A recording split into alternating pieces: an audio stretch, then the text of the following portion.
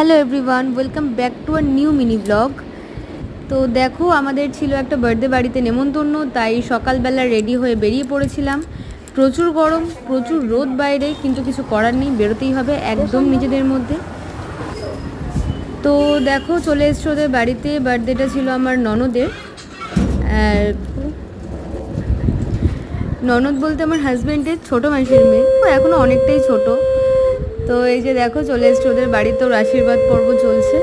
যখন আমার বিয়ে হয়েছিল মানে 2 বছর আগে, তখনও আরও একটু ছোট ছিল আর একটু চঞ্চল ছিল, এখন অনেকটা শান্ত হয়ে গেছে।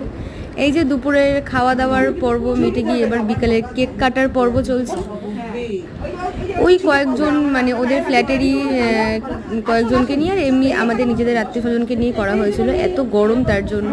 তো যাই হোক, আজকের দিনটা এভাবেই কাটালাম। তোমরা সবাই মিলে ওকে আশীর্বাদ করো যেন খুব ভালো মানুষ হয়।